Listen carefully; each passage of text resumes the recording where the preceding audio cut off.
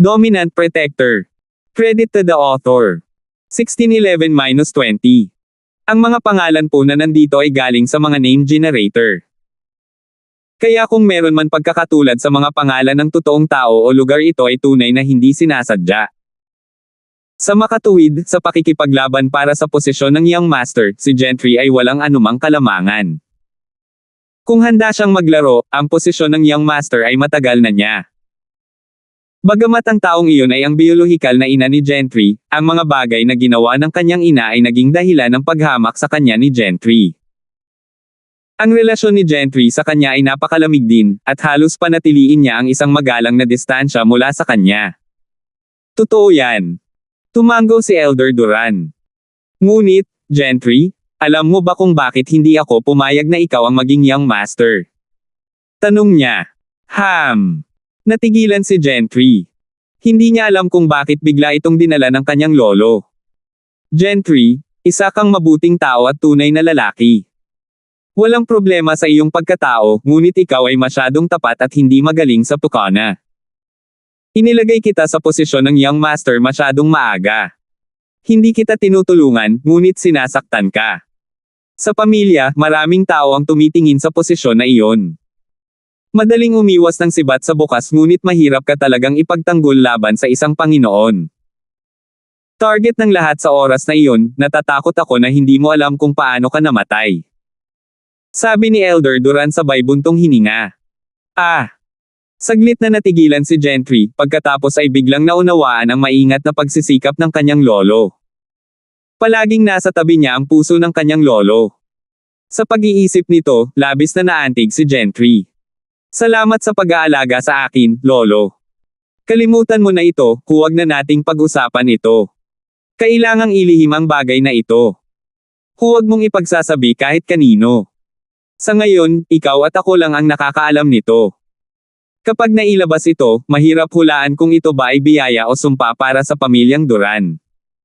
Nagbabala si Elder Duran. Oo. Mataimtim na sabi ni Gentry. Mabuti. Ngayon, sumama ka sa akin upang makita ang iyong pangatlong babae. Sumunod ka sa akin, sabi ni Elder Duran. Mag-ingat ka. Huwag hayaang may makakita sa iyo. Oo. Sabi ni Gentry. Kaya, inilabas ng matandang master na si Duran si Gentry mula sa sekretong silid, iniwasan ang mga mata ng karamihan, at dumiretso sa patio kung saan nakakulong ang ikatlong babae. Si Elder Duran ay isang Sky Class Master, ito ay kasing dali ng pag-flip ng kanyang kamay. Ang katulong sa looban ng ikatlong babae ay biglang nakakita ng dalawa pang tao sa looban at subconsciously gustong sumigaw sa gulat. Ngunit nang makita niya kung sino iyon, napatalon siya sa gulat. Old Master, First Young Master. Gawin mo ang kailangan mong gawin, wala kang magagawa. Ikinaway ni Gentry ang kanyang kamay at nagsenyas. Oo, Young Master. Ang katulong ay hindi nang ahas na magsalita.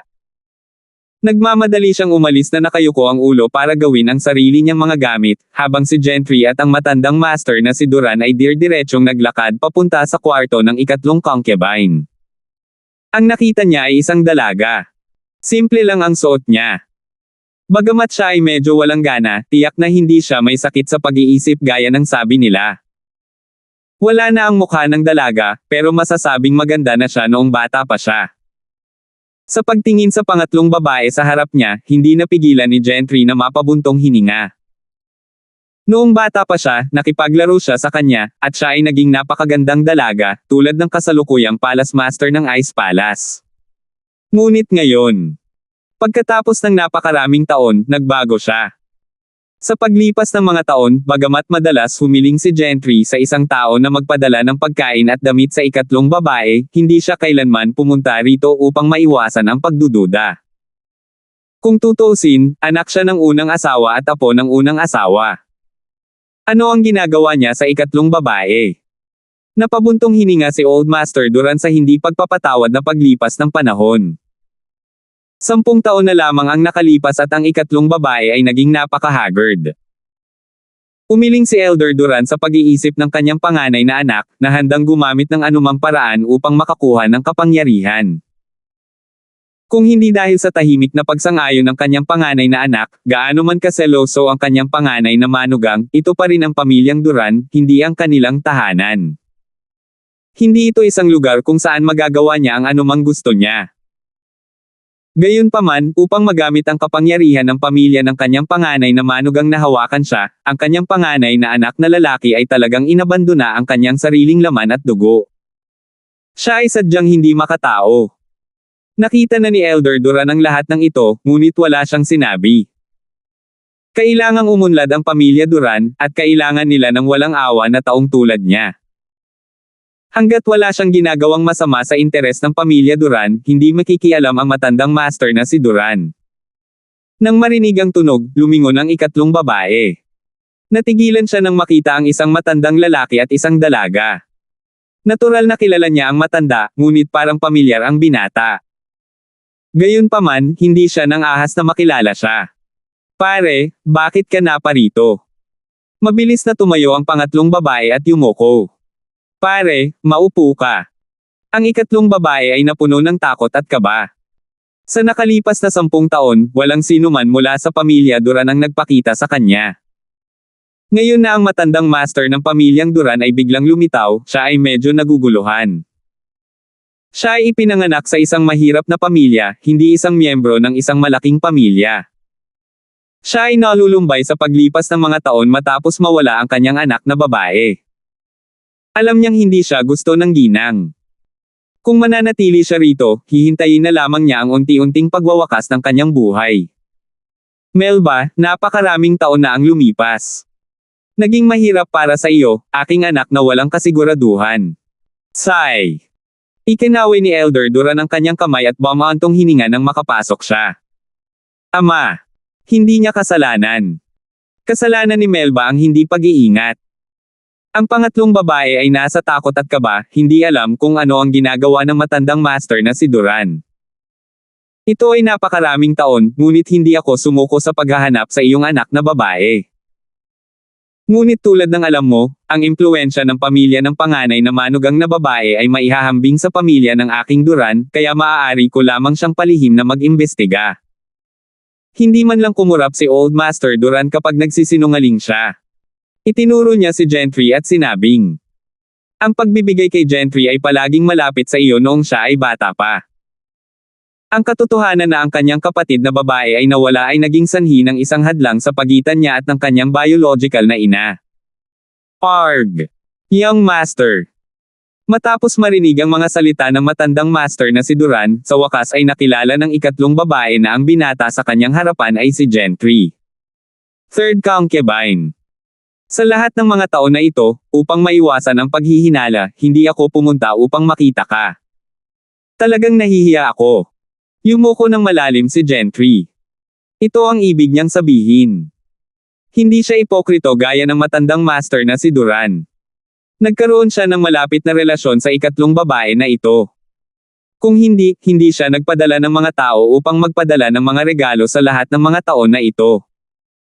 Pinakamatanda na young master, masyado kang seryoso. Hiniling ko sa iyo na alagaan mo ako sa lahat ng mga taon na ito, at hindi ko kailangang mag-alala tungkol sa pagkain at pananamit dito. Hindi nag-alinlangan ang ikatlong babae sa mga salita ng matandang master na si Duran. Maniniwala siya na nakalimutan na siya ng iba, ngunit sa lahat ng mga taon na ito, si Gentry ay palaging nagkukusa na magdala sa kanya ng ilang mga bagay sa panahon ng bakasyon, na nakaantig sa ikatlong babae. Hindi siya naging mabuti kay Gentry sa nakaraan para sa wala. Napakabuting bata talaga niya. Nang marinig niya na si Gentry ay lihim na naghahanap sa kanyang anak sa lahat ng mga taon na ito, ang ikatlong babae ay nasa sabik na nagtanong. Young Master, kung gayon. Pagkatapos, nagawa mo bang malaman ang tungkol kay Althea? Ang palayaw ng anak na babae ng ikatlong babae ay Thea. Napakagandang pangalan noon. Ang kanyang tunay na pangalan ay tinawag ding Althea, ngunit iba ang mga salita. 1612. May balita ako. Kung hindi ako pumunta dito kasama si Lolo. Napabuntong hininga si Gentry. Bagamat nagsisinungaling ang kanyang lolo ay hindi niya kayang pabulaanan ang kanyang lolo sa kanyang mukha, kaya't sinabi na lang niya. Pangatlong babae, ikaw ay isang matanda, bakit mo siya tinatawag na panganay na young master? Tawagin mo na lang akong nagbibigay. Melba, ang pagbibigay ay talagang nakahanap ng impormasyon tungkol sa Thea, ngunit hindi ako masyadong sigurado kung ang taong ito ay si Thea. Kumuha siya ng larawan at hiniling sa iyo na tingnan. Sabi ni Kuya Duran. Arg! Nasaan siya? Nabuhayan ang loob ng ikatlong babae matapos marinig ang mga salita ng matandang master na si Duran. Tuwang-tuwang sabi niya. Let me see. Gayunpaman, naramdaman niya kaagad na nawala ang kanyang katinoan at mabilis na sinabi. Pare, pasensya na. Masyado akong nabalisa. Wala lang. Pagbibigay, tingnan ni Melba ang telepono. Maganda ang ugali ni Old Master Duran. Matandang fox siya, kaya natural na magaling siyang umarte. Gayunpaman, palaging ibinunyag ni Gentry ang kanyang tunay na nararamdaman, kaya hindi na niya kailangang magpakita ng palabas. Third concubine, please take a look. Ibinigay ni Gentry ang telepono sa ikatlong concubine. Kinuha ng pangatlong babae ang telepono at sinulyapan ito. Napasigaw siya sa gulat at muntik nang mahulog ang telepono sa lupa. Nakatutok ang mga mata niya sa litrato sa telepono. May bamara sa kanyang lalamunan, at hindi siya makapagsalita. Gayunpaman, hindi napigilan ng kanyang mga luha ang pag-agos. Pagkaraan ng mahabang panahon, sa wakas ay sinabi niya sa mahinang boses, Thea. Ikaw ba yan? Thea, dapat ikaw. Tahimik na nanatiling tahimik sina Old Master Duran at Gentry. Pareho nilang alam na ang ikatlong babae ay nangangailangan ng ilang oras upang matuno ang balitang ito. Sa oras na ito ay isang himala na hindi siya nawala ng malay sa excitement. Kung tutuusin, walang sino man ang makatiis sa biglaang balita ng kanilang anak na matagal nang nawala. Oo. Talaga nga. Ama, sa unang pagkakataon na nakita ko siya, may kakaiba akong naramdaman sa puso ko, na para bang anak ko siya. Ito ay isang uri ng koneksyon sa dugo. Sigurado akong siya iyon, dapat siya ay si Thea. Nasaan siya? Tanong ng pangatlong babae. Gusto ko siyang hanapin. Ito. Mapait na ngumiti si Elder Duran, Melba, huwag masyadong matuwa. Ang bagay na ito ay medyo komplikado. Komplikado. Siya. May gustong sabihin ang pangatlong babae, ngunit itinikom niya ang kanyang bibig. Tumingin siya kay Elder Duran ng may pag-asa at pagkabalisa. Melba, alam mo ba ang kanyang kasalukuyang pagkakakilanlan? Siya na ngayon ang sect master ng isang sinaunang sekta, ang Ice Palace. Napabuntong hininga si Elder Duran. Ano? Sinaunang sekta. Ang sect master ng Ice Palace. Ang ikatlong tiyahin ay tumalon siya ay ipinanganak na mahirap, ngunit siya ay nasa Hidden House Duran sa loob ng maraming taon, at alam ang tungkol sa mga nakatagong bahay at mga sinaunang sekta. Kaya't nang marinig niya na ang taong nasa larawan ay ang sect master ng sinaunang sekta, ang Ice Palace, natigilan siya. Ito rin ang dahilan kung bakit hindi ako sigurado. Sabi ni Old Master Duran, ang sect master ng Ice Palace ay napakalayo sa amin, isang inabandonang bata sa bahay na si Duran, paano siya naging master ng isa sa pinakamalaking sinaunang sekta. Ito ay masyadong mapangahas. At, ayon kay Gentry, siya ay Sky Class late phase peak. Kahit ako ay nasa early phase pa lang ng Sky Class. Mahigpit na hinawakan ng ikatlong babae ang telepono at hindi nagsalita. Napatingin siya sa taong nasa larawan, hindi alam ang kanyang iniisip. Para naman sa matandang master na si Duran at Gentry, hindi nila siya inistorbo. Pagkaraan ng mahabang panahon, sinabi ng ikatlong babae. I have a feeling that she's my daughter. Siya talaga. Melba, kung sigurado ka, pumunta tayo mismo sa Ice Palace sa Snow Mountain. Hindi mahalaga kung nandoon tayo o wala. Napag-isipan na ni Elder Duran ang lahat, hindi nito masasaktan ang Ice Palace kung pupunta sila upang makilala ang kanilang pamilya. Hindi sila tulad ng pang-araw-araw at pang-araw-araw na sekta na hindi sumusunod sa mga patakaran. Wala silang pakialam sa maliliit at mahihinang puwersa, kung pupunta siya, mapapalayas lang siya kapag nagkamali siya, ngunit walang panganib. Pwede ba? Magaling. Pumayag naman ang pangatlong babae nang hindi nagdalawang isip. Nais din niyang makita ang kanyang anak sa lalong madaling panahon. Not to mention the Ice Mountain, kahit dulo na ng mundo, pupunta pa rin siya. Pagkatapos ay napagpasyahan na. Huwag sabihin sa mga katulong ang anumang bagay. Ako ay gagawa ng ilang mga pagsasaayos. Aalis tayo sa loob ng ilang araw. Sabi ni Elder Duran pagkatapos ng ilang sandali ng katahimikan. Naiintindihan ko. Ang pangatlong babae ay tumango bilang pagsang-ayon. Isinilang si third auntie sa isang mahirap na pamilya at walang masamang intensyon, ngunit hindi siya tanga masasabi niyang kung si Althea talaga ang sect master ng Ice Palace, kung gayon ang kinabukasan ng pamilyang Duran ay maaapektuhan ng husto. Gayunpaman, kikilalanin kaya siya ng kanyang anak na babae bilang kanyang ina. Sa pag-iisip nito, biglang naging malungkot ang ekspresyon ni third auntie. Mabilis na umalis sina Old Master Duran at Gentry. Kailangan nilang magayos para sa affairs ng kanilang pamilya. Kinailangan nilang pumunta sa Ice Mountain, ngunit hindi nila maaaring hayaan ang ibang mga tao sa pamilya na maghinala sa kanila. Kaya, marami pa ring bagay na dapat ayusin. Bumalik sa resort, nakikipag-chat si Terence kay Jacob sa sofa pagkatapos maligo. Pakiramdam ko na nananaginip ako. Naalala ko noong kakalipat mo lang ng school at nakipag-alitan kay Leandro. Naaalala ko pa rin ito, at ngayon isa na akong vice president ng isang kumpanya. Napakalaking pagbabago. Medyo emosyonal na sabi ni Jacob.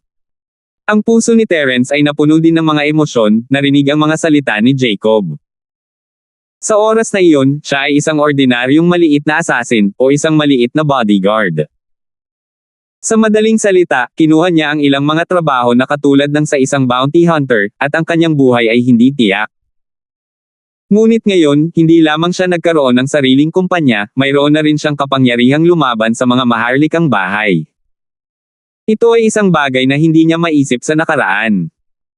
Noong panahong iyon, isa lamang siyang normal na bodyguard na nagpoprotekta sa maliit na prinsesa ng Hidden House na si York.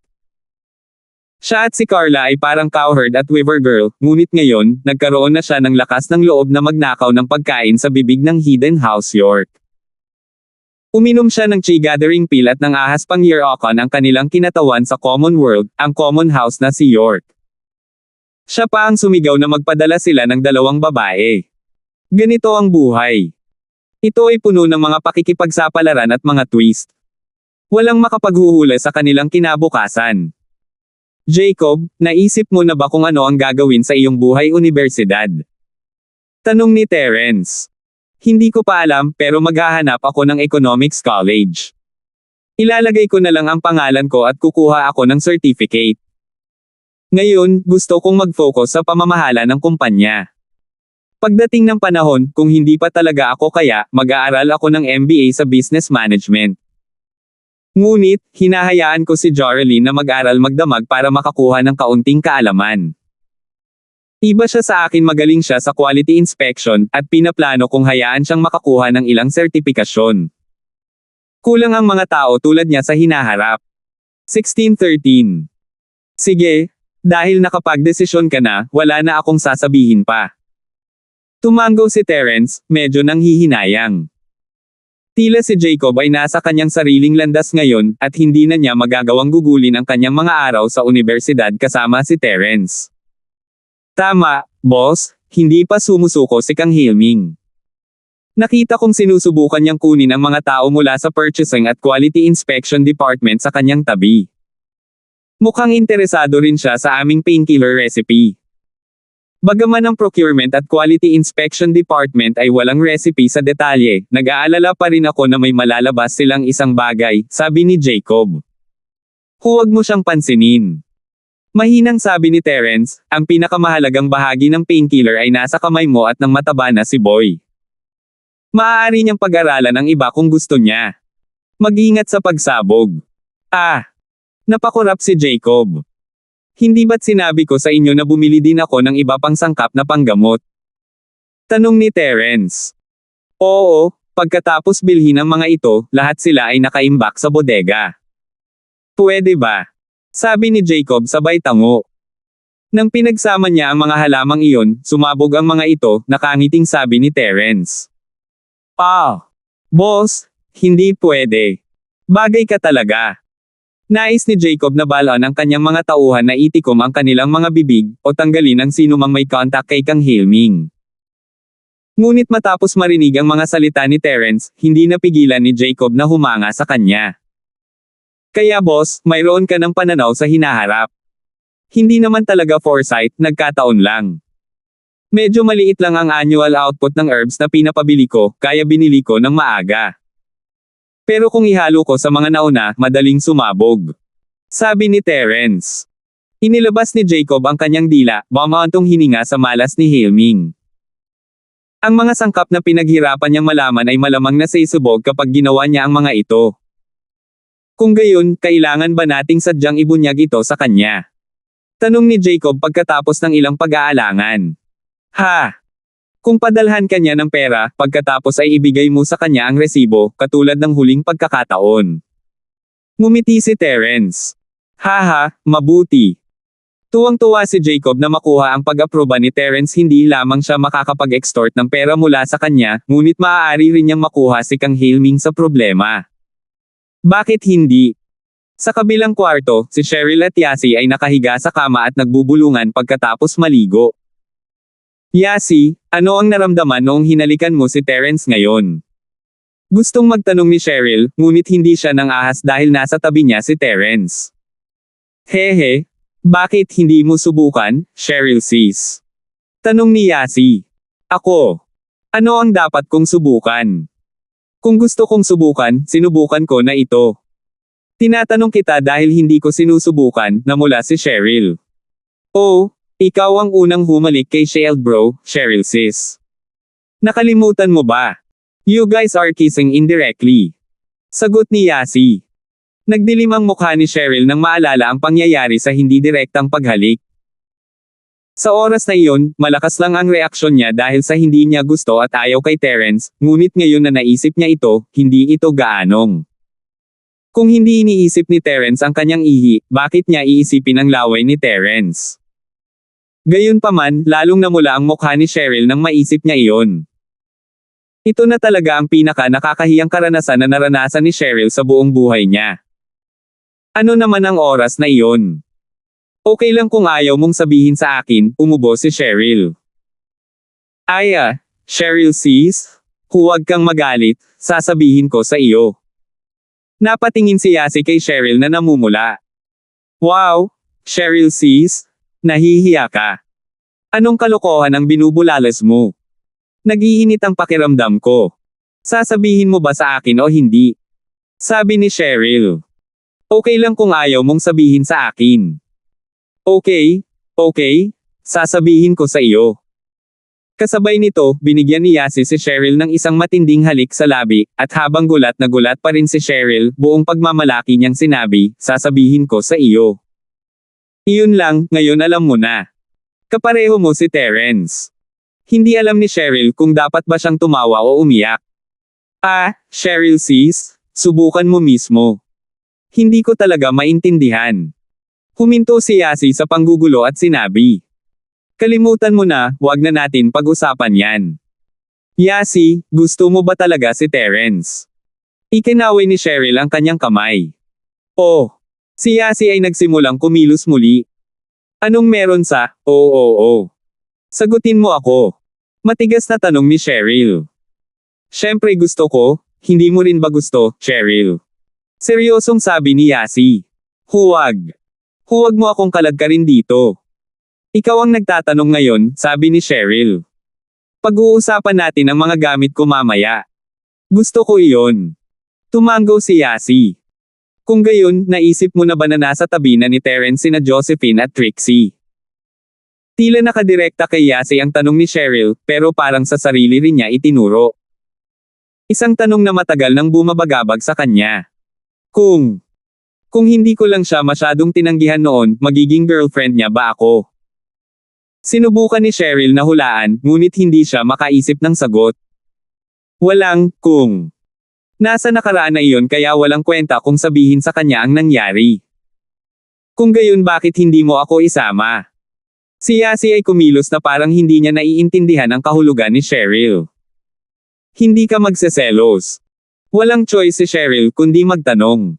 Nagseselos. Bakit kita hahayaan na maging pangunahing asawa kung ako? Umiling si Yasi, nalilito. Naramdaman ni Cheryl na hindi niya kayang makipag-usap sa mga magugulong sagot ni Yasi. Minsan, parang mas matalino siya sa iba, pero minsan, iniiba niya ang topic kahit paano mo ipaliwanag sa kanya. Minsan, talagang hinahangaan ni Cheryl si Yasi. Ang babaeng ito ay hindi simple, isinasaalang-alang niya kung ano ang nais niyang isaalang-alang at hindi man lang isinasaalang-alang ang hindi niya gustong isaalang-alang.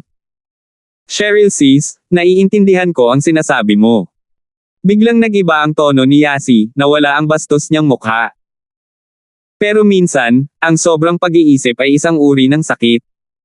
Bukas ay magkakaroon ng mga problema bukas, kaya bakit tayo mag-aalala tungkol sa mga bagay bukas? Hanggat ikaw ay masaya ngayon, ayoko nang masyadong mag-isip. Pero, paano ang iyong kinabukasan? Talaga kayang tulad ng sinabi mo. Si Josephine ang magiging malaking asawa, at ikaw at si Trixie ang magiging maliliit na asawa. Medyo nahihilo si Cheryl, ano kaya siya? Future. Masyadong malayo. Bumantong hininga si Yasi, saka ngumiti. Ayoko nang isipin, hehe. Kung gusto mo ang gawaing ito, pwede kang pumunta para bumoto para sa rekomendasyon at buwan ng boto. Ang iyong suporta ay ang aking pinakamalaking pagganyak. 1614. Habang nakatingin sa walang pakialam na Yasi, biglang nainggit si Cheryl, matulog ka na. Gabi na. Balita ko mag-hiking ka bukas ng umaga. Sige. Tumanggo si Yasi, ngumiti ng mapait sa sarili. Hindi rin niya gusto ang mga bagay-bagay ngayon. Bandang hating gabi, bumangon si Yasi at pumunta sa banyo. Hindi niya sinasadyang nahawakan ang katawan ni Cheryl at nalaman na ang kanyang katawan ay nakakatakot na mainit. Ang temperatura ng katawan ni Yasi ay mas mataas kaysa sa mga normal na tao, ngunit pinaso siya ni Cheryl. Napatalon si Yasi sa gulat, Cheryl sis, anong problema? Hindi sinasadyang hinawakan ni Yasi ang noo ni Cheryl at ito ay nakakatakot na mainit. Mabilis na binuksan ni Yasi ang ilaw sa yulunan ng kama at nakita ang kanyang telepono. Tinawag niya si Terence. Nasa kalagitnaan ng pagsasanay si Terence nang tumunog ang kanyang telepono. Mabilis siyang bumalik sa realidad at bumangon. Yasi. Tiningnan ni Terence ang caller ID, ano iyon, tumatawag sa kalagitnaan ng gabi. Shield bro, halika na dali. Gusto ni Cheryl sis. Gusto. Nagpapanik si Yasi at hindi na makahinga, tumigil siya sa kalagitnaan ng pangungusap, at tumalon si Terence. Gusto ni Cheryl sis. Hiniling pa niya na pumunta siya ng mabilis. Hindi maiwasan ni Terence na mag-isip ng isang bagay na masama. Ngunit ang pag-iisip ay isang bagay hindi niya naisip na nagbibiro si Yasi. Pagkatapos ng lahat, alam niya kung anong uri ng tao si Cheryl, hindi niya hihilingin kay Yasi na tawagan siya sa kalagitnaan ng gabi para sa isang bagay. Sa personalidad ni Miss, kahit may gusto siyang gawin, hindi siya hihingi ng tulong kay Yasi. Anong problema, Yasi? Mabilis na tanong ni Terence. Kung may sasabihin ka, sabihin mo ng dahan-dahan. Anong nangyari? Si Kuya Cheryl. Si Kuya Cheryl ay mamamatay sa init. Sabi ni Yasi, huminga ng malalim. Shield bro, halika at iligtas mo siya. Nakakatakot siya, nilalagnat yata siya. Pupunta ako kaagad. Alam ni Terence na hindi ito ang kaso, at isinuot ang kanyang Amerikana habang naghahanda siyang umalis. Nagising din si Jacob, binuksan ang kanyang mga mata habang nakatingin kay Terence. Boss, anong problema? May sakit si Cheryl. Pupunta ako at titingnan. Dapat matulog ka na. Sabi ni Terence kay Jacob. Kailangan mo ba ng tulong ko? Hindi malay na tanong ni Jacob. Ayos lang. Bumantong hininga si Terence.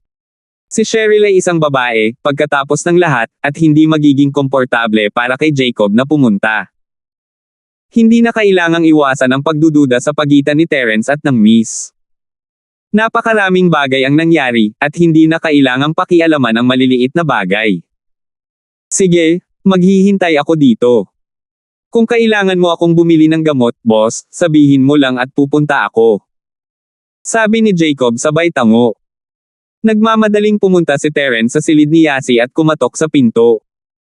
Mabilis na bumukas ang pinto. Si Yasi ay nakasuot lamang ng manipis na silk na pijama, at ang ilaw ng tagsibol sa loob ay bahagyang nakikita. Sa ilalim ng madilim na liwanag, nagpagulong-gulo ang imahinasyon ng mga tao. Ngunit isang tingin lang ni Terence at pinigilan ang masasamang iniisip sa kanyang puso. Ang ganitong uri ng sitwasyon ay madalas na nangyari sa bahay, at si Terence ay nagsanay hanggang sa puntong hindi niya ito mapapansin. Hindi naman sa hindi napansin ni Yasi, ngunit binuksan niya ang pinto matapos matiyak na si Terence lang ang nasa labas. Sa ganang kanya, nakita na ni Terence ang lahat, at nakita rin si Cheryl ano ang dapat itago. Siyempre, kung sumama si Jacob, hindi niya mabubuksan ng ganoon kabilis ang pinto. "Shield bro, halika dito." Isinara ni Yasi ang pinto at hinayla si Terence papasok sa silid. Sinundan ni Terence si Yasi sa silid, at gusto niyang buksan ang ilaw, ngunit winagayway ni Terence ang kanyang kamay para tanggihan siya. Ang ilaw ay sapat na dim para kay Terence na makakita ng malinaw, at hindi na kailangang buksan ang mga ilaw. Ito ay madyay gising kay Cheryl. "No need to turn on the lights, titingnan ko muna." Mabilis na naglakad si Terence sa kama ni Cheryl. Si Cheryl ay nakasuot ng parehong uri ng silk pajama, napakanipis. Dahil nakahiga si Cheryl sa kama, kitang-kita ang kanyang dibdib. Sinulyapan lamang ito ni Terence nang hindi sinasadya, at hindi siya makatingin sa malayo. Siya ay gumugol ng maraming oras sa kanila, ngunit si Terence ay hindi umaakyat sa itaas ng normal, at ang mga babae ay hindi rin magsusuot ng masyadong maliwanag na pijama sa ibaba. Pakiramdam ni Terence ay kinakapos siya ng hininga ngayon. "Shield bro, dapat mo munang pretuhin si Cheryl sis. Maari mo siyang tingnan kapag magaling na siya." Nakita ni Yasi ang direksyon na tinitingnan ni Terence at mabilis na pinaalalahanan siya. Ahem.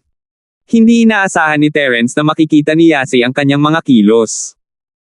2 beses siyang umubo at sinubukang magpaliwanag, "Tinitingnan ko lang kung may mali sa dibdib ni Cheryl. Ayokong maging pneumonia o edema." Kalokohan lang ni Terence. Wala siyang x-ray eyes, kaya paano niya ito nakita? Gayunpaman, sapat na iyon upang gawing mas awkward ang mga bagay para kay Yasi. Oh! Napagtanto ni Yasi na hindi niya naiintindihan si Terence. Naisip niya sa kanyang sarili, tama, maaaring tingnan ito ni Shield bro kung kailan niya gusto. Hindi na niya ito kailangang tingnan ngayon. Maraming pagkakataon sa bahay. "Shield bro?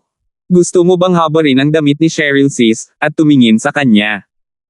Hindi ako makakita ng ganito, di ba?" Path. Halos himatayan si Terence sa sinabi ni Yasi. Mabilis niyang ikinaway ang kanyang mga kamay, "No need for now, let me take a look." Okay. Masyadong balisa si Yasi at hindi niya namalaya na mali ang sinabi niya. Huminga ng malalim si Terence at kinalma ang sarili bago umiwas ng tingin. Naramdaman niya ang pulso ni Cheryl sa ugali ng isang doktor. Sipon lang. Nakahinga ng maluwag si Terence, maliit na problema. Nilamag ba siya ngayon? Oo. Noong sinusubukan mong i-detoxify ang lason, pinaandar namin ni Cheryl sis ang air conditioner sa maximum. Malamang noong nilalamig ka. Sabi ni Yasi pagkatapos ng ilang pag-iisip. Naging mahirap sa inyo. Napabuntong hininga si Terence habang inilalabas niya ang kanyang mga pilak na karayom at ginamit ang kanyang purong chi para alisin ang lason. Ilang beses niyang ipinasok ang mga iyon sa katawan ni Cheryl. Sandali lang, walang malaking problema. Dahil doon, kinuha ni Terence ang kanyang telepono at dinial ang numero ni Jacob. Boss, may kailangan ka bang gawin? Naka-standby si Jacob, at agad niyang sinagot ang tawag ng pumasok ito. Pumunta ka sa botika ng resort at bumili ng isang kahon ng malamig na malambot na kapsula. Kung wala ito, kumuha ka para sa iyong sarili. Ephedra, cassia twig, bramble, scotellaria, almond, and session. Nagbigay si Terence ng listahan ng mga halamang gamot.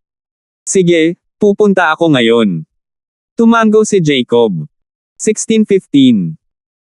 Hindi na kailangan ni Terence na magtimpla ng sarili niyang gamot para sa isang normal na sipon. Ito ay isang recipe na mayroon ng libu-libong taon, at hindi na ito kailangang baguhin. Maraming nakumpletong gamot, at si Terence ay magtitimpla lang ng sarili niya kung wala talaga siya. Buong oras nagising si Cheryl, nagising siya nang tawagin siya ni Yasi at sinabing nag-iinit ang kanyang katawan, ngunit hindi siya makapagsalita. Alam ni Cheryl na ang mga mata ni Terence ay nasa kanyang dibdib. Sa sobrang hiya at galit ng batang Miss ay muntik na siyang mawala ng malay. Pero sa puso niya, lihim siyang natuwa. Napakaganda ba ng kanyang mga suso? Mas maganda pa ba kaysa sa malaking gatas na baka ni Yasi? Kung hindi, bakit siya lang titingnan ni Terence at hindi si Yasi? Paano siya ikinumpara kay Josephine? Nilalagnat ang batang si Miss at tumatakbo ang isip. Pagkatapos mag-isip tungkol dito, siya ay nag-overthink. Ang mga bagay na hindi niya maiisip sa kanyang normal na estado ng pag-iisip, ang lahat ay pumasok sa kanyang isip sa sandaling ito. Ngunit siya ay medyo nadismaya nang sabihin ni Terence na ito ay para sa pulmonya. Talaga bang susuriin niya ang pulmonya? Gayunpaman, ang titig na iyon ay hindi mukhang kasing simple ng pagsuri sa pulmonya. Malinaw na naramdaman ni Cheryl ang masamang tingin sa kanyang mga mata. Gayunpaman, hindi nagalit si Cheryl sa ganitong uri ng masamang tingin. Sa halip, masaya siya. Bago pa niya ito maisip, ang mga karayom ni Terence ay nasa katawan na ni Cheryl, at nakaramdam siya ng malamig na sensasyon sa buong katawan niya, na para bang hindi na siya gaanong mainit. Naningkit ang mga mata ni Cheryl habang nakatingin kay Terence. "Shield bro? Yun lang. Sipon lang." Narinig ni Yasi na si Cheryl ay sipon lamang at agad na nakahinga ng maluwag. "Oo, malamig lang." Tumango si Terence, "Sa tingin mo ba ito ay isang malubhang sakit? Nga pala, hindi ka ba gumamit ng aircon kaninang hapon? Hindi ka ba komportable? Tutulungan kitang suriin." Biglang naalala ni Terence na naroon din si Yasi. Kung siya ay nagkaroon ng sipon, dapat siyang gamutin sa lalong madaling panahon. Bagamat mukhang maayos na si Yasi ngayon, iba ang incubation period para sa sipon. Ang ilang mga tao ay magkakasakit sa isang iglap, habang ang iba ay maaaring tumagal ng isang araw upang mag-react. Ako. Ayos lang ako. Mas mataas ang temperatura ng katawan ko kaysa sa mga normal na tao, at malakas ang init, kaya hindi ako naaapektuhan ng aircon. Napahinto sandali si Yasi, ngunit may kakaibang liwanag na kumislap sa kanyang mga mata. Okay. Shield bro, check me. Tingnan natin kung may sakit ako. Ha? Ngumiti si Terence, "Ibigay mo sa akin ang iyong kamay. Kailangan ko bang tanggalin ang damit ko?" Sabi ni Yasi sabay abot ng kamay niya. "Mas malaki ang dibdib ko kay Cheryl sis, hindi naman makikita ni Shield bro kung hindi ko huhuberin di ba? Sana hindi ako magka-pneumonia." Nadulas ang paa ni Terence, at muntik na siyang mahulog sa lupa. Pinunasan niya ang kanyang ilong at ngumiti ng mapait, "Hindi na kailangan iyon. Hindi magkatugma ang mga sintomas mo, kaya sa tingin ko ay wala ka nito." "Oh." Tumango si Yasi, hindi masyadong nabigo. Nag-aalala siyang tumingin kay Terence, "Shield bro, anong problema ko?" Hindi. Ginawa ni Terence ang isang simpleng pagsusuri kay Yasi, at walang nakitang senyales ng sipon. "Napakalusog mo. Mas maganda ka kaysa kay Cheryl." Wala akong sakit." Nakahinga ng maluwag si Yasi. "Shield bro, sinuri mo bang mabuti?" "Syempre naman. Ito ay isang simpleng sakit, masasabi ko kaagad," ngumiti si Terence. "Paano kung mayroon akong iba pang komplikadong sakit?" Biglang inabot ni Yasi ang kanyang kamay, "Shield bro, bakit hindi mo ako tulungang tingnan kung mayroon pa ba?"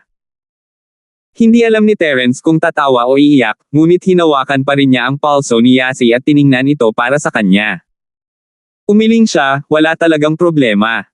Talagang walang pneumonia. "Oh." Medyo nadismaya si Yasi, "Kailangan ko bang haburin ang aking damit para masuri muli?" "Hindi na kailangan," sabi ni Terence. Si Cheryl ay nasa kama, at ang mga salita ni Yasi ay nagalit sa kanya. Ano ang ibig niyang sabihin sa maliit na dibdib ni Cheryl sis, habang malaki ang dibdib? Humihingi ng pambubugbog itong Yasi na ito. Magsasalita pa sana si Yasi nang may kumatok sa pinto. Sabi ni Terence, "Maghintay ka dito, bubuksan ko ang pinto." Marahil si Jacob iyon, at hindi dapat ipakita ni Yasi ang kanyang mukha. Lumapit si Terence at binuksan ang pinto. Si Jacob iyon. Boss, nakabili na ako ng gamot. Papasok na sana si Jacob sa kwarto nang huminto siya pagkatapos ng ilang pag-aalinlangan. Inabot niya ang gamot kay Terence. Balik muna ako. Sige, salamat. Tumango si Terence at bumalik sa kanyang silid dala ang gamot. Ibinigay niya ito kay Cheryl at inalis ang mga karayom sa katawan nito. Yasi, magpahinga ka rin ng maaga. Ayos na si Cheryl ngayon, magaling na siya paggising niya bukas ng umaga. Alam ni Yasi na aalis na si Terence at ikinaway ang kanyang kamay sa kanya. Pagkatapos uminom ng gamot, si Cheryl ay nakatulog ng napakabilis. Nang magising si Cheryl kinaumagahan, napaka-refresh ng pakiramdam niya. Wala siyang naramdamang discomfort mula kagabi. Kung iisipin, para itong panaginip. Kung hindi dahil sa kalahating kahon ng malamig na malambot na kapsula sa tabi ng kama, iisipin ni Cheryl na panaginip lang ang lahat ng nangyari kahapon. Ayaw istorbohin ni Cheryl ang natutulog na Yasi. Alam niyang naging abala siya kagabi at hindi nakatulog ng maayos, kaya nagpa siya siyang hayaan siyang matulog. Pagkatapos ng ilang pag-aalinlangan, kinuha ng Miss ang kanyang telepono at nagpadala ng text kay Terence, ngunit mayroon lamang itong dalawang salita, salamat. Hindi mapigilan ni Terence ang mapangiti habang tinitingnan ang text sa kanyang telepono. Ang Miss, personality. Huwag mong kalimutang uminom ng gamot sa umaga. Sagot niya. Hindi sumagot si Cheryl, pumunta siya para uminom ng gamot. Nagising si Yasi ng bandang alas 8. Nakita niyang walang tao sa tabi niya at tulala siyang nagsabi, Cheryl sis. Yasi, gising ka na. Uminom lang ng gamot si Cheryl kaya naghilamos at nagbihis. Cheryl sis, gumaling ka na ba? Kinusat ni Yasi ang kanyang mga mata at umupo, anong oras na? Di ba sabi nila pupunta sila ngayon sa mountain climbing? Huli na ba? Maaga pa naman. Alas 8 pa lang. Di ba sabi nila mag-ipon tayo ng alas 9? Salamat sa kahapon, sabi ni Cheryl. Cheryl sis, ano ang dapat ipagpasalamat sa akin? Salamat, Shield bro.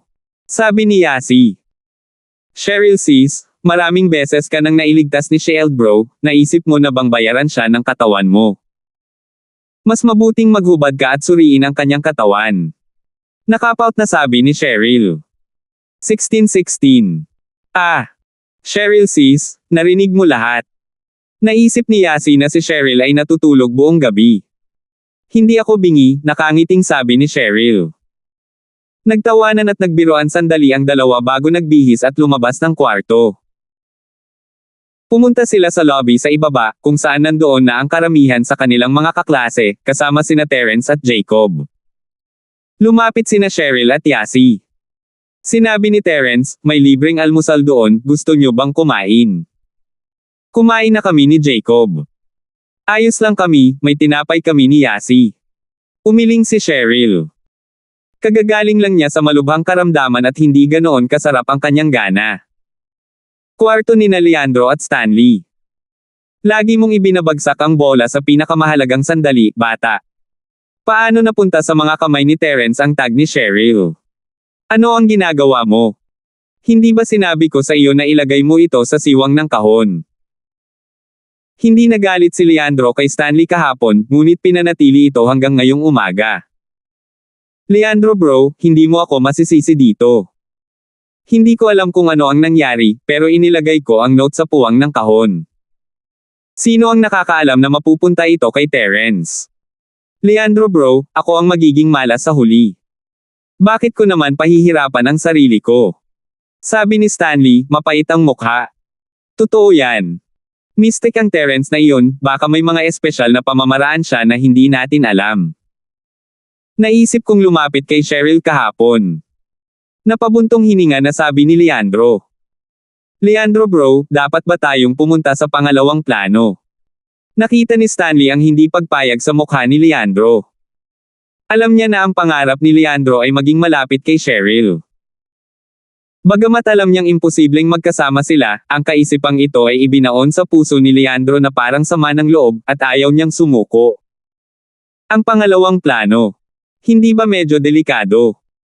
Alam din ni Leandro ang tungkol sa pangalawang plano ni Stanley, ngunit naisip niya na ito ay mas mapanganib. Ayos lang ako.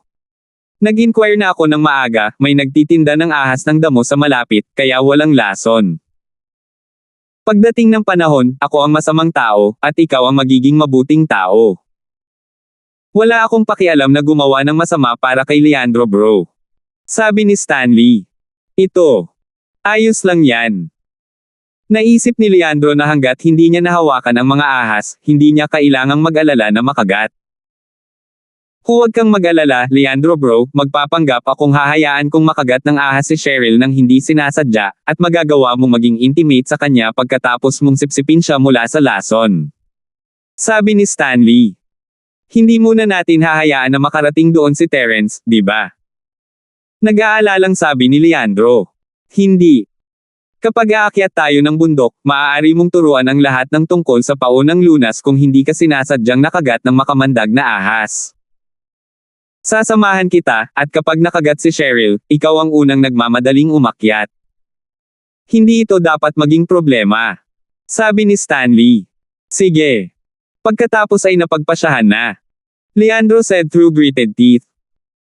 Matapos makaisip ng plano ang dalawa ay bumaba na sila at inayos ang lahat na umakyat ng bundok sa likod ng resort. Sandali lang, dadalhin namin ni Leandro bro ang lahat sa bundok. Pero mag-ingat ka, baka may mga damong ahas sa bundok pero hindi naman ito lason. Baka may makamandag na ahas, kaya kahit nakagat ka ng ahas na damo o makamandag na ahas, dapat ipaalam mo kaagad sa akin o kay Leandro bro. Nag-aalala si Leandro bro na baka may mangyari sa lahat, kaya natuto siya ng ilang kaalaman sa first aid sa ligaw, kasama na kung paano humawak ng kagat ng ahas. Sabi ni Stanley. Si Leandro bro ay isang profesional na eksperto sa droga ngayon, mabilis niyang masipsip ang kamandag ng ahas. Talagang nagmamalasakit si Leandro bro sa lahat. Lahat ng mga kaklase ni Stanley ay naantig sa kanyang mga salita, hindi nila akalain na babayaran sila ni Leandro para pumunta at maglaro, at siya ay magiging maalalahanin. Ang mga mata ni Terence ay kumislap ng kakaibang liwanag habang nakikinig siya sa mga salita ni Stanley. Hindi niya alam kung ano ang ginagawa ng lalaki sa pagkakataong ito. May maliit na burol sa likod ng resort. Ang burol ay hindi masyadong mataas at ginawang half man-made at half natural, ngunit ito ay isang magandang lugar para sa paglilibang sa resort. Gumawa ng dahilan si Elder Zhu para dalhin si Lorilyn sa likod ng bundok. Simple lang ang dahilan, marami sigurong dalang inumin ang mga umakyat. Pagkatapos uminom, maaari silang kumuha ng maraming mineral na tubig at uminom ng mga bote. Sa katapusan ng linggo, madalas na pumunta si Lorilyn sa beach, mga amusement park at iba pang lugar kasama si Boss Zhu para kunin ang mga scrap, kaya wala siyang hinala sa pagkakataong ito. Higit pa rito, sinabi na ang isang tao ay maaaring kumita ng maraming pera sa pamamagitan ng pagbebenta ng mga ahas ng damo dito. Malapit sa likod ng bundok, mayroon talagang maraming lokal na taga-nayon na nagbebenta ng mga ahas ng damo. Ang mga ahas ng damo ay hindi lason, at maraming turista ang bumili sa kanila bilang mga alagang hayop upang paglaruan, kaya ang mga benta ay hindi masama. Narinig na ito ni Elder Zhu noon, at iyon ang dahilan kung bakit siya nagbebenta ng mga ahas ng damo dito. Naisip niya ito at napagtanto na hindi madaling makakuha ng damong ahas para kagatin si Terence pagkatapos kainin ng 5-step strength scattering powder. Medyo komplikado, kaya mas madali para kay Terence na bumili ng damong ahas para kagatin siya. Siyempre, natakot si Boss Zhu na hindi bilhin ni Terence ang mga ahas sa kanya, kaya hiniling niya kay Sohora na magdala ng grupo ng mga gangster dito. Nagbanta sila at binigyan ng pera si Terence, pinalayas ang lahat ng mga taga-nayon na nagbebenta ng mga ahas ng damo. At kaya, si Elder Zhu lang ang nagtitinda ng damong ahas dito. At saka, hindi natakot si Boss Zhu na hindi ito bilhin ni Terence. Dahil kilala niya si Lorilyn, kailangan man lang niya itong suportahan dahil nagtitinda siya ng ahas dito, di ba? Siyempre, Hindi natakot si Kuya Zoo na hindi kagatin ng grass snake si Terence, dahil maliban sa 5 hakbang na lakas na nakakalat na pulbos, ang grass snake ay pinakain din ng isa pang gamot na nagpabaliw dito, na nangangagat ng mga tao sa sandaling mahuli sila. Lolo Zoo, maaari ka bang kumita sa pamamagitan ng pagbebenta ng mga ahas ng damo? Medyo naguluhan si Lorilyn. Maliban sa scrap picking, wala silang ginawang ibang negosyo. Sa pagkakataong ito, gusto ni Lolo Zoo na magbenta ng mga ahas ng damo sa unang pagkakataon. Nakaramdam ito ng kakaiba kay Lorilyn. Kaya ko, ayos lang kung hindi ako kikita, sinusubukan ko lang. Anyway, itong grass snake ay regalo ng kaibigan ng Lolo Zoo mo, kaya walang halaga. Sabi ni Kuya Zoo. Oh, mabuti naman. Tumango si Chen Hale at hindi na nagtanong pa. Naglakad sina Leandro at Stanley sa unahan, kasama ang iba pang klase na sumusunod sa likuran. Tumingin si Stanley sa tabing kalsada at nakitang walang nagtitinda ng mga souvenir, ngunit walang nagtitinda ng ahas ng damo. Nalito si Stanley may hindi tama. Dati, pagdating niya para mag-inquire, maraming damong ahas ang nagtitinda sa tabing kalsada. Bakit wala na ngayon? Hindi kaya nahuli ang mga taong ito kahit isang ahas? O binili ba ito ng isang restaurant para sa isang bangkot ng ahas? 1617. Gayunpaman, kahit anong tingin niya sa paligid, wala siyang mahanap na stall na nagbebenta ng mga damong ahas. Fu, ano bang nangyayari sa'yo? Di ba sabi mo nagtitinda ka ng mga ahas ng damo? Bakit wala tayong nakita kahit isa sa sobrang tagal ng paglalakad? Hindi rin maganda ang mukha ni Leandro, handa na ang plano, pero wala na ang prop. Leandro bro, ito. Marami talagang ahas ng damo noon, bakit wala na ngayon? Noong nakaraan, pagdating namin para mag-inspection, nakita mo rin. Ang buong kalye ay puno ng mga nagtitinda ng ahas ng damo. Mapait na sabi ni Stanley. Nakita nga ni Leandro ang kalye na puno ng mga damong ahas noong nakaraan, ngunit asar pa rin siya. Palaging ibinabagsak ang bola sa kritikal na sandali, ano ang nangyayari? Magpatuloy ka sa paghahanap. Dapat may. Pinunasan ni Stanley ang pawis sa kanyang noo at nagkasala. Leandro bro, huwag kang mag-alala, hahanapin ko ito. Kalimutan mo na, kung wala talaga, kalimutan mo na. Walang magawang iwinagayway ni Leandro ang kanyang kamay, sa pag-aakalang kailangan lang niyang tiisin ito sa ngayon. Kapag bumalik si Natoy mula sa kanyang pagsasanay, magagawa niyang year-okon si Terence hanggang mamatay sa ilalim ng kanyang mga paa, pagkatapos ay magiging kanya si Cheryl para sa pagkuha. Sa oras na iyon, sino pa ang makakapagtanggol sa kanya? Kahit isang Janwen ay isang maliit na karakter lamang sa harap ni Natoy, isang sinaunang miyembro ng sekta. May nagtitinda ng grass snake dyan. Biglang nakita ni Stanley ang isang stall sa hindi kalayuan. Ito ay isang matandang lalaki na may maliit na batang babae, nagbebenta ng mga ahas ng damo. Oh, meron talaga. Sinundan ni Leandro ang daliri ni Stanley at nakita niya ang stall na nagbebenta ng grass snake. Kung gayon, bakit hindi ka magmadali at pumunta? Bumili ng ahas ng damo. Oo. Mabilis na tumakbo si Stanley papunta sa stall na nagtitinda ng mga damong ahas at sinabi sa matanda, "Hoy, magkano ang damong ahas na ito?" Ang layunin ni Elder Zoo sa pagpunta rito ay upang ibenta ang ahas ng damo kay Terence, hindi sa iba, kaya hindi niya naitayo ang kanyang stall noon. Nagawa lang niya iyon nang makita niya si Terence at ang iba pa na naglalakad, hindi inaasahan na may lalabas at humingi ng damong ahas. Pinakialaman ng ahas ng damo, paano ito ibebenta ni Boss Zoo kay Stanley. Sasabihin na sana niya na hindi siya nagbebenta, pero naisip niya, kung sasabihin niya iyon, hindi ba maghahinala si Lorilyn? Sa isiping iyon, sinabi ni Elder Zoo, 2004-1. Ano? Natigilan si Stanley. Anong uri ng grass snake ang 2,000 na ahas? Akala niya ba ay ginintuan na ahas ito? Dati, nag-inquire din siya tungkol sa market price. Ang isang damong ahas ay 10 o 20 dolyar lamang. Paano naging ahas ang 2,000 dolyar? Hindi ba ito malinaw na isang itim na tao? 2,000 isang isda. Kung hindi ka bibili, huwag kang maging hadlang dito. Ayaw ni Elder Zo na mag-aksaya ng oras kay Stanley, at gusto niyang umalis siya sa lalong madaling panahon. Damn it! You're so evil! You old undying thing! Gustong makipagtawaran ni Stanley, ngunit hindi niya inaasahan na direktang sipain siya ng matanda. Hindi alam ni Stanley kung ano ang gagawin. Naisip niya, kaya nga. Mag-isa lang ang matandang ito. Sige. 2,000. Eto na. Inilabas ni Stanley ang kanyang pitaka at inihagis ang $2,000 sa counter. Wala na siyang oras na mag-aksaya sa matanda, at naglalakad na si Cheryl. Binibili mo ito ng 2,000. Galit na galit si Elder Zo kaya gusto niyang sampain. Tulala ka ba? Mayroon kang pera ngunit walang lugar na paggastos, tama. Gumagastos ng $2,000 sa isang damong ahas.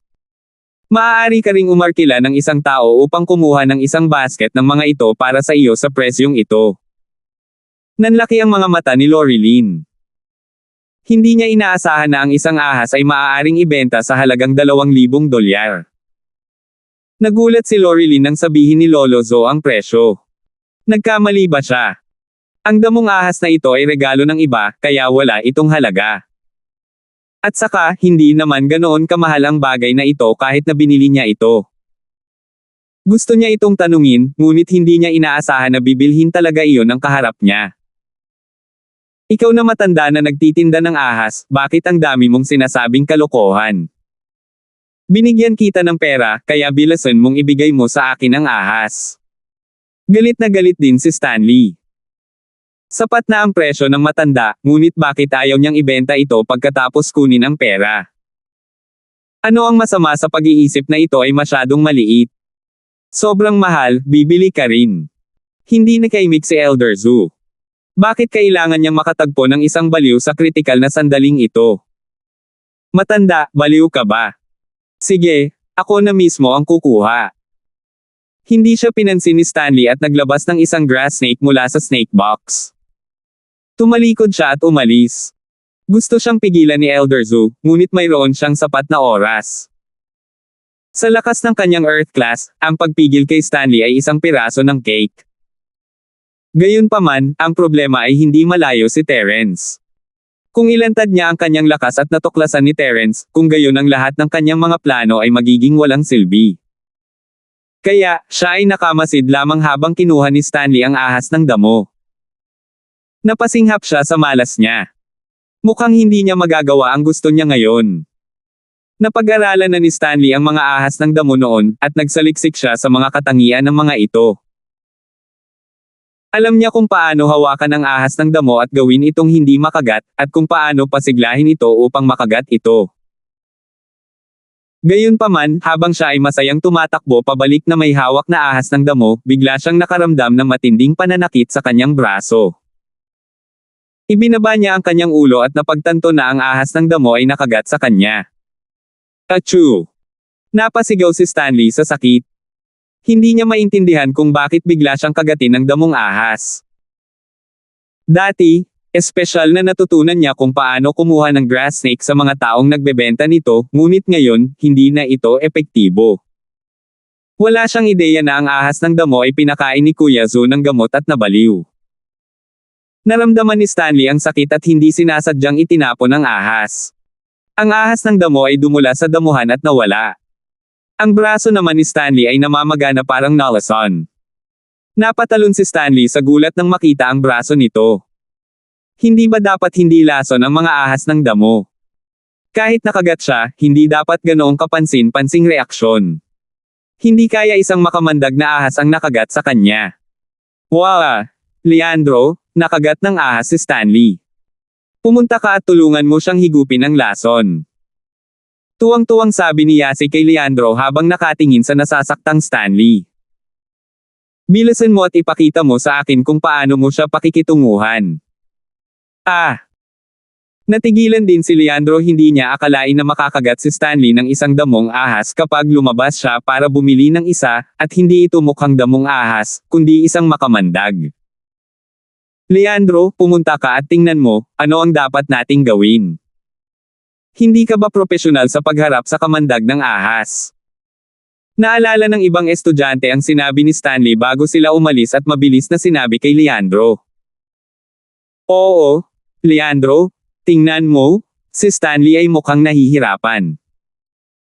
Pumunta at tulungan mo siyang higupin ang lason, ikaw lang sa klase natin ang nakakaalam kung paano gawin ito. Nag-aalalang sabi ng isa pang estudyante. 16-18. Og. Hindi alam ni Leandro ang gagawin. Kung pupunta siya, natakot siya na baka makamandag ang ahas. Kung sinipsip niya ang lason sa kanyang bibig, siya ay nasa problema. Ngunit kung hindi siya pupunta, hinayaan na niya si Stanley na ipagmalaki ito, at siya ang kanyang mabuting kapatid. Kung wala siyang pakialam sa magaling niyang kapatid, hindi niya magagawang iangat ang ulo niya sa paningin ng iba. Iniisip ang mga taong nakapaligid sa kanya, ang katapatan ni Natoy sa kanya ay dahil sa kanyang pag-arte ngunit sa pagkakataong ito, si Stanley na. Kung matutulungan niya si Stanley na sipsipin ang kamandag ng ahas, kung gayon si Stanley ay magiging mas tapat sa kanya sa hinaharap. Sa kabilang banda, nakita ni Leandro na si Stanley ay hindi patay o walang malay, kaya ipinalagay niya na ang lason ay hindi masyadong mabigat. Kinagat niya ang kanyang mga ngipin at nagmamadaling lumapit. Sa katunayan, ang 5-step strength scattering powder ay hindi magdudulot ng labis na pinsala sa mga ordinaryong tao maliban sa mga practitioner. Sa karamihan, ito ay magiging medyo pula at namamaga. Gayunpaman, ang gamot na nagpabaliw sa makamandag na ahas ay nakakapinsala sa katawan ng tao. Matapos makapasok sa katawan ng tao, kung hindi ito aalisin sa lalong madaling panahon, magiging maikli ang paghinga ng tao at mas bumilis ang tibok ng puso. Nagkaroon pa ng panganib na masuffocate at mahimatay. Gayunpaman, ito ay epektibo lamang para sa mga ordinaryong tao. Para sa mga cultivator, ang lason na ito ay walang gaanong epekto dahil ang mga cultivator ay may mas malakas na resistensya. At kaya, ang malas na si Stanley ay nagsimulang huminga at kumikibot pagkatapos ng ilang pag-iyak sa sakit. Napatalon si Leandro sa gulat. Diyos ko, kumikilos kaya ang lason ng ahas. Huwag mong sabihin sa akin na may nakamamatay sa kamandag ng ahas. Gayunpaman, kahit natakot si Leandro, nasa tabi na siya ni Stanley. Kung babalikan niya ang kanyang salita ngayon, mawawala ang lahat ng kanyang mukha. Bukod dito, ang pagkawala ng mukha ay isang maliit na bagay, ngunit masama kung magalit si Stanley sa kanya. Wala si Natoy sa Leandro ngayon, at isang tao lang ang magagamit niya. Ano kaya ang iisipin ni Natoy kung hindi niya talaga siya tinulungan? Inakala ni Leandro na si Natoy ay tapat sa kanya, at walang masamang mangyayari sa kanya, ngunit siya ay nag-aalala na kapag mas malakas ang Natoy, mas mahirap siyang kontrolin. Sa makatuwid, ang pagwawagi sa puso ng mga tao ang tanging paraan. Noon, ginamit niya ito para manalo si Natoy. Sa kaisipang iyon, sinunggaban ni Leandro si Stanley nang walang pag-aalinlangan. Hinawakan niya ang braso ni Stanley na nakagat ng ahas at sinimulang sipsipin ito. Napaiyak si Stanley. Kung kaya niya, mas gugustuhin niyang sipsipin ang kamandag sa sarili niya kaysa hayaang si Leandro ang makipagsapalaran. Gayunpaman, ang lugar kung saan siya nakagat ng ahas ay nasa kanyang braso, malapit sa likod ng kanyang balikat. Hindi siya giraffe, kaya imposibleng sipsipin niya ang bahaging iyon. Makakaasa lang siya sa tulong ng iba. Leandro bro, napakabait mo sa mga tauhan ko. Sa wakas naiintindihan ko na kung bakit patay na patay si Natoy sa akin. Na-touch si Stanley, wala talagang pakialam si Leandro bro sa sarili niyang kaligtasan. Medyo hindi siya nasisiyahan kay Leandro bro dahil ginawa siyang play safe kiss sa dalawang matabang babae kagabi, sa pag-aakalang ginagamit lang siya nito bilang panangga. Ngunit ngayon tila kailangan niyang umasa kay Leandro bro sa kritikal na sandali. Normal lang sa kanya na hayaan ang kanyang mga compound na gawin ang maliliit na bagay kahapon, ngunit kung may nangyaring malaki, siya ang unang magmadali. Si Stanley ay nanumpa sa kanyang sarili na siya ay magiging kanang kamay ni Leandro bro, tulad ng ginawa ni Natoy. Tutulungan niya si Leandro bro na harapin ang kanyang mga kaaway. Iniluwa ni Leandro ang ilang subo ng kamandag ng ahas, at ang kanyang mga labi ay namamaga na parang sausage. Wow! Ang laki ng bibig ni Leandro, parang puwit. Nagsimulang tumawa si Yasi nang makita ang kalagayan ni Leandro. Paf! Isang estudyanteng umiinom ng tubig ang iniluwa ng tubig sa kanyang bibig at halos mabulunan. Nagtawanan din ang iba pang mga tao. Hindi man lang natuwa si Leandro na patingin siya kay Yasi na may makamandag na tingin, nanunumpa sa sarili na paglalaroan niya ito hanggang sa mamatay ito isang araw, ikaw na malaking gatas na baka. Sino ang nagtanong sa iyo na paglaruan ako at ipahiya ako? Ngunit ngayon, kailangang ipagpatuloy ni Leandro ang pagsuso ng lason para kay Stanley. Lolo Zu, may mali. Ang ahas ng damo, bakit kumagit? Parang may lason. Napatingin si Chen Hale kina Stanley at Leandro sa gulat, nag-aalala. Oo, mukhang makamandag ang ahas na iyon. Tumakas tayo at huwag nang magkagulo. Nagdilim ang mukha ni Elder Zu. Maganda sana ang plano niya, pero sinira ito ng tanggang Stanley na ito. Gusto niyang sampilan ang bata hanggang mamatay. Pero wala siyang magawa sa harap ng maraming tao. Ang tanging magagawa niya ngayon ay umalis at mag-isip ng ibang paraan para makitungo kay Terence mamaya. Kahit na ibenta niya ang ahas kay Terence, hindi niya ito bibilhin kahit na libre ito. Gayunpaman, nang malapit na siyang tumakas kasama si Lorilyn, nakita niya ang $2,000 na inihagis ni Stanley sa basket ng kawayan. Tuwang-tuwa siya, at isang magandang plano ang pumasok sa isip niya. Tiningnan ni Elder Zu si Lorilyn na may masamang intensyon, pagkatapos ay nagkunwaring kinuha ang pera, ngunit, aksidenteng, nahulog ang pera sa basket ng kawayan, at nahulog ito kasama ng mga ahas ng damo. Lolo Zu, nalaglag ko ang pera. Nakita rin ni Lorilyn na aksidenteng naihulog ni Boss Zo ang pera sa basket ng kawayan. Bilisan mo, kunin mo at umalis na tayo. Ayaw na natin ng ahas. Sabi ni Elder Zo kay Lorilyn. Itong pera, hindi ba dapat ibalik sa taong bumili ng ahas? Nag-alinlangan si Lorilyn. Siya ay isang mabait na tao. Ngayong nakagat na siya ng ahas, hindi ba't medyo hindi maganda kung kunin ang pera at umalis? Bagamat ang transaksyon ay sa pagitan ng magkabilang panig, ang isa ay handang bumili at ang isa ay handang magbenta, nadama ni Lorilyn na siya ay mali. Hindi niya gusto ang pera, kahit na hindi ito maliit na halaga. Pagkatapos ay kunin mo ito at ibalik sa kanya, pagkatapos ay tatakbo tayo. Walang pakialam si Elder Zu. Hanggat pumunta si Lorilyn para kunin ang pera, wala siyang pakialam kung ibinalik niya ang pera o hindi. Sige. Inabot ni Lorilyn ang pera, ngunit hindi niya inaasahan na sa sandaling hinawakan ng kanyang kamay ang pera sa basket ng kawayan, napasigaw siya. Ang kanyang kamay ay nakagat ng ahas sa basket ng kawayan. Walang kamalay-malay na hinailan ni Lorilyn ang kanyang kamay, ngunit ang sugat sa kanyang kamay ay dumudugo pa rin, at agad itong namaga. Takot na takot si Lorilyn kaya hindi niya alam kung ano ang gagawin. Arg! Lorilyn, paano ka naging pabaya? Nagkunwaring balisa si Elder Zu. Ano ang gagawin natin? Ano ang gagawin natin? Walang doktor dito, Lorilyn, manatili ka rito at huwag kang gumalaw. Pupunta si Lolo sa malapit na klinika para magpa-doktor ka. 1619. Dahil dyan, bumaba ng bundok si Elder Zuran, hindi isinama si Lorilyn.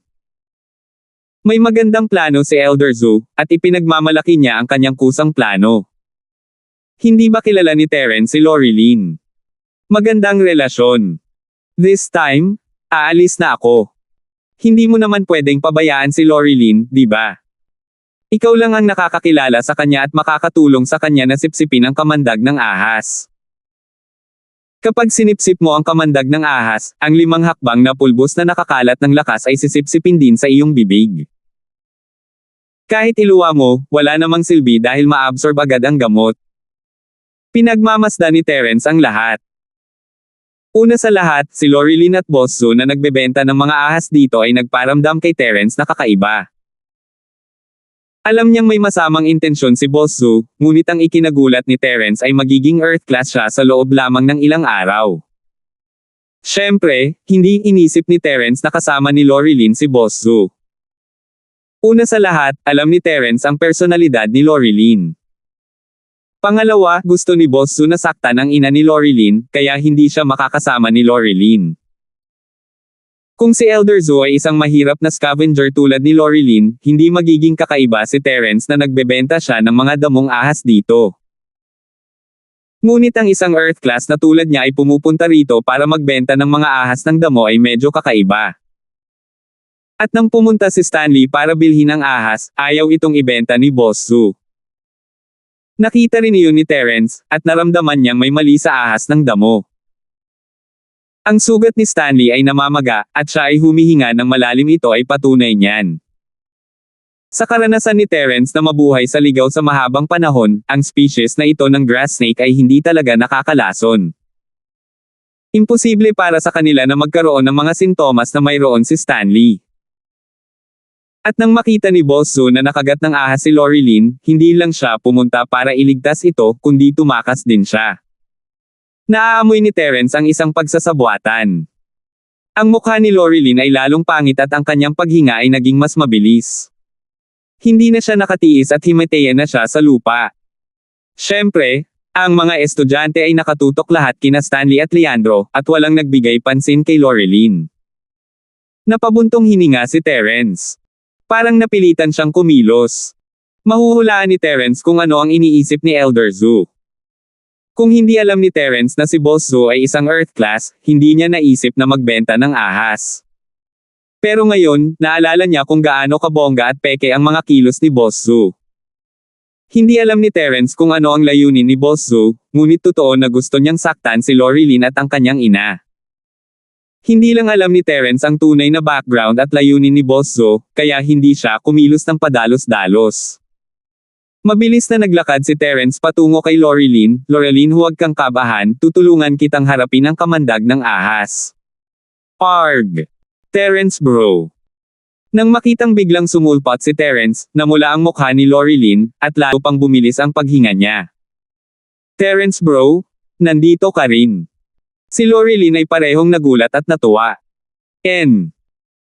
Mabilis na kinuha ni Terence ang mga pilak na karayom na palagi niyang dala at tinatakan ang ilan sa mga acupuncture point ni Lorilyn upang pigilan ang pagkalat ng lason ng ahas. Pagkatapos ay hinawakan niya ang daliri ni Lorilyn at sinimulang sipsipin. Si Terence ay hindi masyadong nag-isip tungkol dito, ang mga normal na lason ay hindi magkakaroon ng malaking epekto sa kanya, kung tutuusin. Nakita na rin niya ang kalagayan ni Natoy at Leandro, parang nalason ang dalawa, ngunit ang katotohanang hindi sila nawalan ng malay pagkatapos ng napakatagal na panahon ay nangangahulugan na ang lason ay hindi palalampasan. Iyon ang dahilan kung bakit ginamit ni Terence ang kanyang bibig upang sipsipin ang lason para kay Lorilyn. Siyempre, nagbigay ng babala si Jade sa sandaling hinawakan ni Terence ang sugat ni Lorilyn. Walang pakialam si Terence. Kung tutuusin, lason ang sugat, kaya normal lang na magbigay ng babala si Jade. Nakita ni Lorilyn na tinutulungan siya ni Terence na sipsipin ang kamandag ng ahas, at bigla siyang nahiya, ngunit napakatamis ng kanyang puso. Si Lorilyn ay palaging naninirahan sa ilalim ng lipunan, halos walang pagkain at damit. Wala siyang pusong mag-isip tungkol sa pag-ibig. Sa paaralan, maganda si Lorilyn, ngunit dahil si Aliyah bilang kanyang nakatatandang kapatid, walang nang ahas na mag-isip tungkol sa kanya. Kaya ang kanyang buhay ay napakapayapa bago ito, walang anumang mga alon. Ngunit sinong babae ang hindi nanabik sa pag-ibig? Sa kalaliman ng gabi, paminsan-minsan ay nagpapantasya si Lorilyn tungkol sa isang Prince Charming na lumalabas sa kanyang harapan. Ngunit itong Prince Charming ay talagang lumitaw sa buhay ni Lorilyn. Mula sa unang tulong ni Terence at Trixie hanggang sa pangangalaga ni Terence sa kanyang pamilya, si Lorilyn ay may magandang impresyon kay Terence mula sa kaibuturan ng kanyang puso.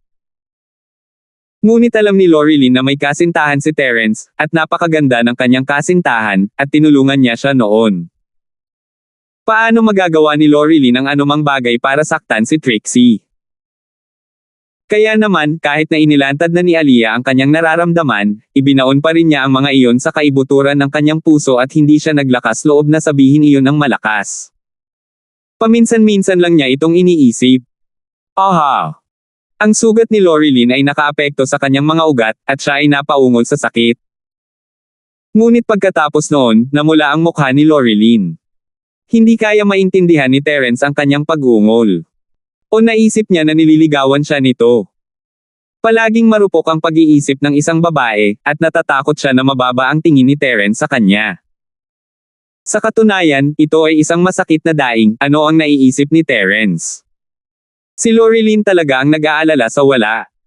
Sinipsip ni Terence ang nakalalasong dugo mula sa sugat ni Lorilyn at iniluwa ito sa lupa. Gusto niyang uminom ng gamot para matigil ang pagdurugo at ipahid ito sa kanya, ngunit sa sumunod na sandali, ang mukha ni Terence ay naging sobrang pangit. Biglang naramdaman ni Terence na ang chi sa kanyang katawan ay parang ipinipong lobo, ito ay mabilis na naglalaho. Sa isang kisap mata, lumipat si Terence mula sa Mystic Lake Face Peak patungo sa Mystic Peak, at tila hindi siya tumitigil. Ang kanyang chi ay umaagos pa rin palayo. Mystic Lake Face. Mystic Mid-Face Peak. Mystic Mid-Face. Sa ilang sandali lang, si Terence ay naging Mystic Mid-Face. May mali sa kamandag ng ahas. Naisip agad ni Terence ang lason ng ahas. Kung tutuusin, ngayon lang niya nakontak ang lason ng ahas sa katawan ni Lorilyn.